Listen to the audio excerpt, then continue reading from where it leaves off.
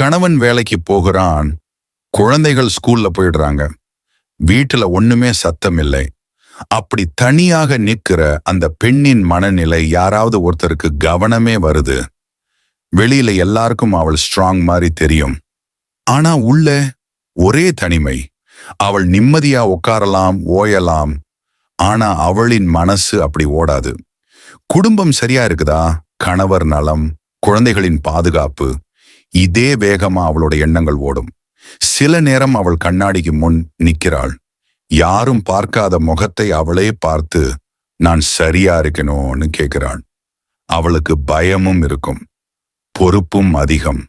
ஆனா யாரிடமும் சொல்ல மாட்டாள். ஏன்னா அவள் ஒரு பெண். இந்த குடும்பம் சாயாம இருக்கணும்னு அவள் தன்னையே மறந்து போய் போராடுறாள். தனிமை அவளை நடுங்க வைத்தாலும் அவள் ஒவ்வொரு நாளும் அந்த வீட்டுக்காக மீண்டும் எழுந்து நிற்கிறாள். அதுதான் ஒரு பெண்ணின் சக்தி.